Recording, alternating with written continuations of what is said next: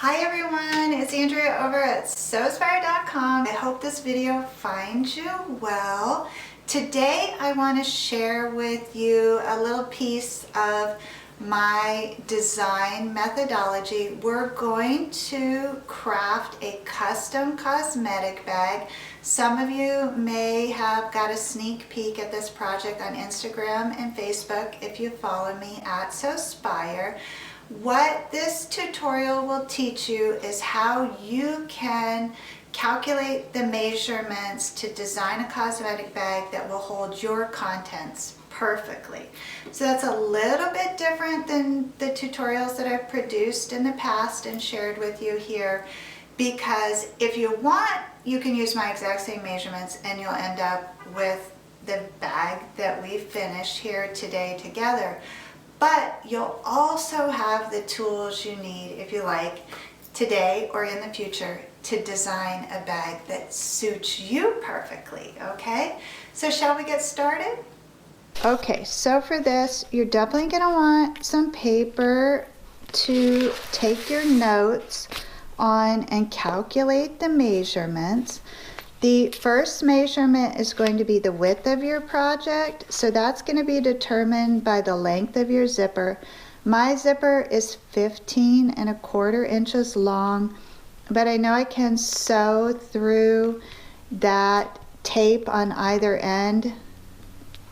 So I'm going to go ahead and go with 15 inches and just keep this a nice whole number for simplicity.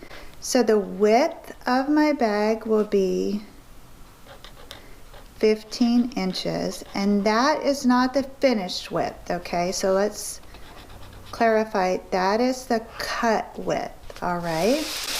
So now I need to know what the cut height is, and that is determined by the size of the tallest element plus the desired width plus 2 inches. So, because this is a cosmetic bag, I brought in some of the things that I would like to carry in that, and it's evident that this brush is the tallest item, so I'm just going to measure that, and it is 6 inches tall, okay? So I want to take that number, the 6 inches, plus my desired depth, which is your finished depth. So I want this to be 3 inches deep.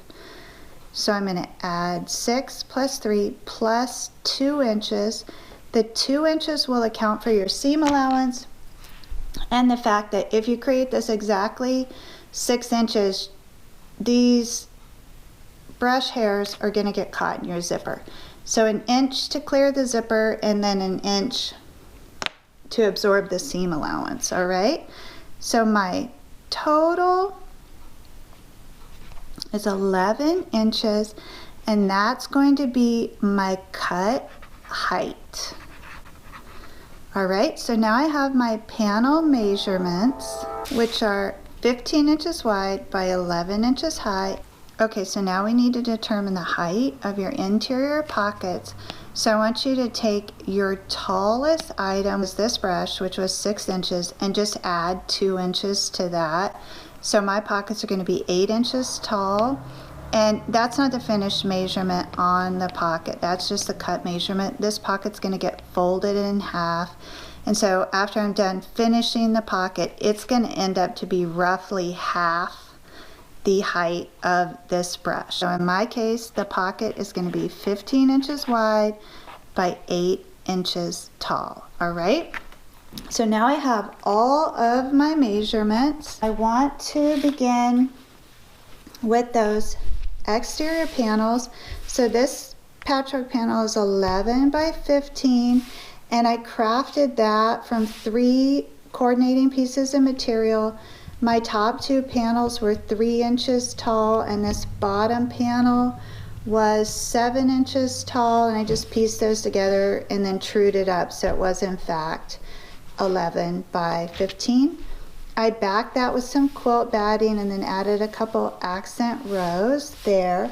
I want to add a little strap to this design. So I'm going to go ahead and craft that now. This strap is just 4 inches wide by 10 inches long, and I'm going to make that in the standard Sewspire method, in half, press, open up, bring those edges inward on that center press line, fold it over, and then I'm only going to stitch down that open end, and then I'm going to thread a piece of cotton cording through that to give that handle a little bit of body. So I stitch down one side there, and I'm just going to thread my safety pin through this cording. So I'm just going to feed this through right up the center of the strap, and this cording was cut the same length. You should be able to use those measurements for your cosmetic bag. If you wanted the strap to be longer, that's easy to do, or shorter, but 4 inches is a nice width for this. And this cording is a 1/2 inch cording, and it is cotton. Okay, so I have that cording inside of there, and that just adds that body and stability to that. I think it's a nice touch. So I'm going to fold that in half and stitch through all of those layers so my cord doesn't slip out. I have a really nice sturdy strap there. It doesn't matter if you position it on the right or the left hand side. I'm going to go ahead and come down 2.5 inches so it falls right below that accent panel. If your bag is smaller, just size it so that it's closer to the top as opposed to the base. That raw edge is going to hang over that right hand side, and then I'm just going to pin all of that in place, and I'm going to go ahead now and stitch that down so it doesn't shift. Okay, my handle is in place. Now I want to take my zipper and put that right side down, so the zipper pull is facing down on top of this panel. If you like, you can pin that in place. You'll have to remove the pins as you sew, of course, and you will also have to open up this zipper as you sew so you can clear that. But I'm going to line that zipper with the top of this panel and then stitch all the way down to put that in place and attach it to the top of this exterior. That zipper has been attached to one of the exterior panels. Now I have a second panel crafted in the same way, same measurements, 11 by 15, and I want to take this one with the zipper and attach that right sides facing, aligning that zipper with the top edge of that panel, and the same thing, I'm going to stitch across that and attach that zipper tape to the top edge of that panel. I'll use a couple pins to hold that in place and then remove those as I sew. Alright, now when I open this up, my zipper has been secured there. So for just a moment, I'm going to set this exterior panel aside while I prep the interior with its pocket. Interior panels are the same measurements as the exterior, 11 by 15 in my case. I want to take one of those panels and measure the pocket divisions, okay, and then mark those with pins and divide this pocket so it fits my contents. So as mentioned, that height of that pocket is 8 inches and the width is 15. I took the top lip of the long edges and pressed that over 1/2 inch and then folded that pocket in half, and its finished measurements are 3.5 by 15. So I'm going to go ahead and stitch down that top edge to fashion the pocket. Then I'm going to position my pocket, in my case 3 inches up from the base. And I want to pin that in place, and then I'm going to stitch across that base to secure it. Now if your bag is significantly smaller, you're going to want to come in at approximately the same height from the base that your desired finish depth is. Okay, so now my pocket has been attached to the panel and it is finished along the top. Now I want to take my contents and load them into this pocket in the order that I would like to stow them. So I'd like this brush right in the middle. So I'm going to come on either side of that approximately a ½ inch and put a pin. Then I can take that out so I know that'll hold my brush. And then I'm just going to go along with all of the contents and just mark, put the content right in the center and then mark an even distance from the actual item and the preceding pin.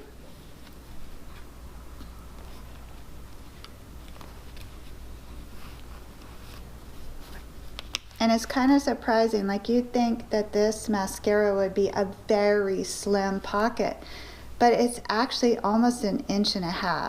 So the depth of the item plays a factor in the size of the pocket, which is why it's so nice to create a custom fit design.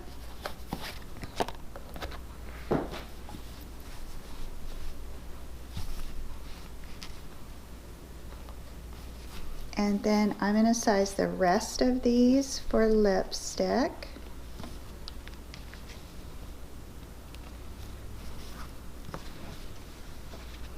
And in the case of this final pocket, I'm going to let my seam allowance be that stitch line so that the pocket is still useful. Okay, so I ended up with 1, 2, 3, 4, 5, 6, 7, 8 pockets, all different sizes. Now I'm going to head over to the machine and just divide those vertically. I'm going to back stitch or lock stitch at the beginning and the end.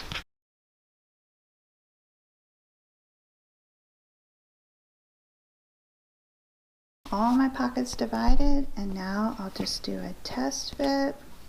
Have to remember, of course, what was for what pocket, right?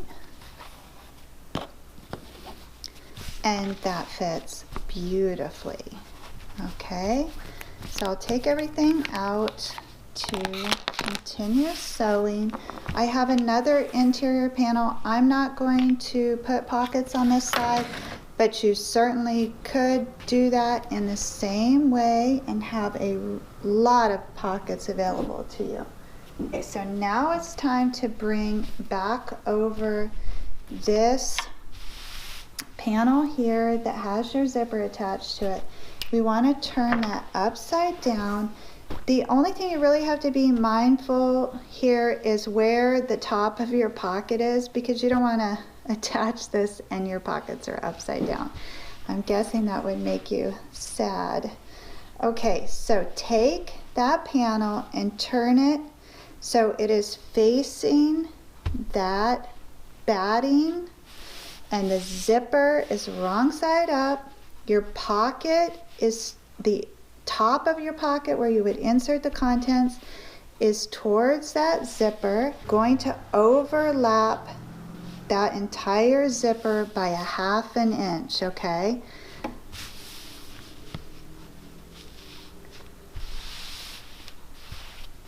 And then go ahead and pin all of that in place. Now you're going to carefully flip that over, and you want to make sure that that panel does not get twisted or turned at all, okay? So put a couple more pins on this front side here and then turn it back over and verify that that is secure so this top edge here does not shift on you.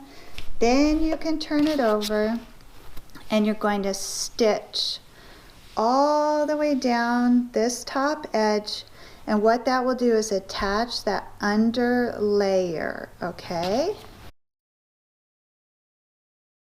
Okay, so now I have a nice top stitching there along the zipper, nice and even with that zipper. And then when I flip that over, you can see there's ample seam allowance there for that interior panel.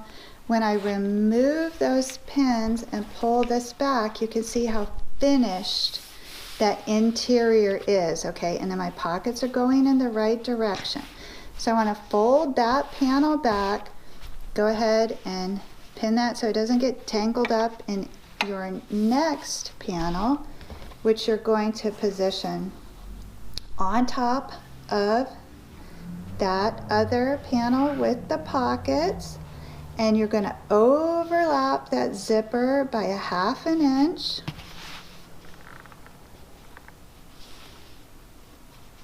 And then put 2 pins in this side to keep that from shifting. Then turn it over and make sure, take a peek under there, make sure nothing is shifted, and put 2 pins on the opposite side where you don't have the top stitching to hold that panel in place. Turn it over one more time, make sure that it isn't wonky on you, and then stitching from the top, go ahead and come all the way down along that zipper, 1/4 inch seam allowance, and remove those pins as you go. Adjust the zipper pull as needed to attach. Okay, the zipper should function beautifully using this installation technique. And when you turn it over and remove those pins, that panel should fold back, and again, a gorgeous finished interior. Okay, so now what we need to do is remove the pins from the other side so that we can bring these interior panels up so their right sides are facing, the zipper's in the center here, and the right sides of those exterior panels are facing. What we want to do is unzip that zipper at least halfway. That's important because as we start stitching, you're going to lock yourself out of this project if you do not open that zipper. So because I have patchwork panels, I want to take just a second and align those side panels so that hopefully they come together almost perfect for me on the side seams.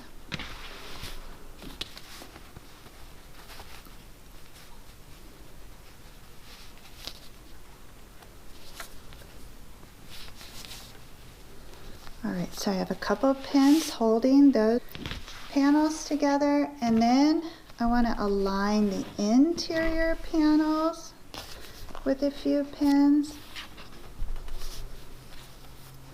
And what I'm going to do now is start stitching 3 inches in on this interior panel, and I'm going to stitch it over all the way up across the base of the exterior, back down both sides, and then in 3 inches. I'm going to back stitch or lock stitch to reinforce, and what that will do is it's going to leave me a nice wide mouth to turn this project right side out. Okay, so for this project I'm coming in 3 inches. If yours is much smaller, adjust accordingly.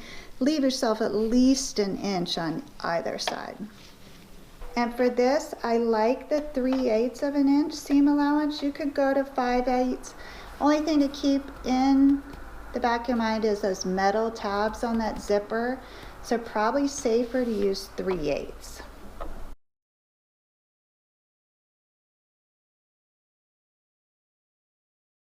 Okay, I've made it all the way around. I just want to check and make sure that I didn't miss anything and nothing shifted. Now I'm going to reach inside of there and unzip that zipper all of the way so that I can fit my hand deep inside of there and align that side seam with that base seam of the exterior. And then I want to mark across there 3 inches so I can create that fat corner.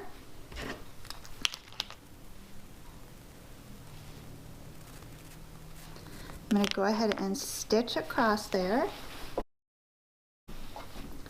And then I want to repeat that same process on the other side. I'm just reaching all the way in down to the bottom of that exterior panel, aligning that side seam with that base seam, and then measuring across 3 inches and stitching right on that line.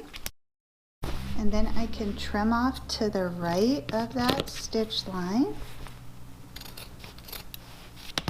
And then working with the interior panels, I'm going to do the same thing and align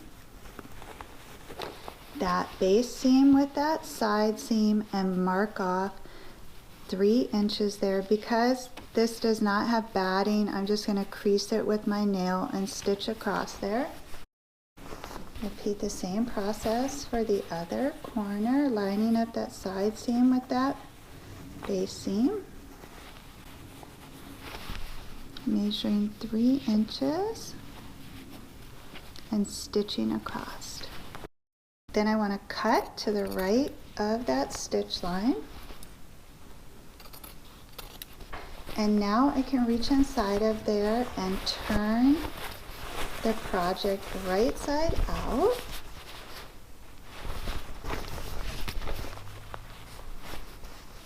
I can unpin that strap. And I want to take this interior and try and poke out those corners best I can. And then I want to fold those raw edges inward, press that, and go ahead and stitch that closed.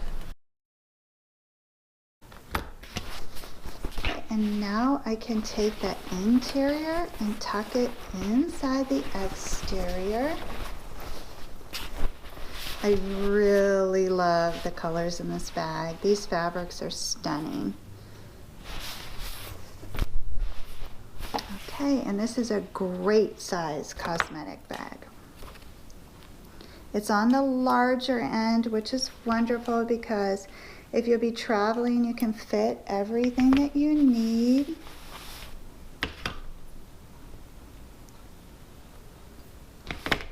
Super, super cute. And it's all done. I love it. I'm really thrilled with it. It's always amazing to me, even after all these years of sewing, that when you mix and match these fabrics and do this, even a very basic patchwork design, how much beauty that adds to a piece. So I could have just as easily crafted this from a single fabric, but boy, would I have been cheating myself out of something really pretty. So I want to give you a peek on the inside. I put the contents in there and they fit really nice. So sometimes I think our eye deceives us on the size, so it is important when you're creating a piece like this to actually have the contents with you and fit them, because like I said, the mascara was a perfect example. If I didn't know better, I would size that pocket a ½ an inch and it wouldn't fit. That pocket was 1 inch. So there you go, another peek at the inside. It just zips up really nice. I love the cording in that handle. It offers just so much body to that. I also thought it was cute to kind of flip that handle around and twist it just a little bit so that it lays down like that. And I think this is the most professional finished zipper technique that you could learn. I know some of you are tackling your fear of zippers in 2019, so I am here to support you in that resolution and will be featuring several zipper projects in the coming months, so you can look forward to that. I want to give you the finished measurements on this because it is a really nice size, and you may just want to duplicate this, but now you have the skills needed if you would like to custom size yours. So on the base, we have 11 inches across the base. On the top, we're coming in at 13.5 inches. And then from the center top to the base, we're about 8.5 inches, 8 if I push that bottom up there. So a really nice size bag. I hope you enjoyed the project. I will be back very soon with another inspired sewing project for you. I'm going to put some links in the notes to some other Sewspire goodies that you might be interested in. Please take a few minutes and check that out. I don't know if any of you have noticed, but there is a link down there and has been for the last few videos for some Creative Genius t-shirts, stickers, sweatshirt, and coffee mugs. So I really would love to order one of the sweatshirts and hope to be able to do that this week, and then I can show you what that looks like in person. I am going to order up some of the stickers and have a giveaway soon for those. So that's something you can look forward to. And I will be creating more designs for that new facet of Sewspire as well. So that'll be coming in the next few weeks, all right? So keep your eye on that Teespring link for more merch. I think that's what they call it. Anyways, until we meet again, please know the creative genius in me will be celebrating the creative genius in you. Have a beautiful day, everyone.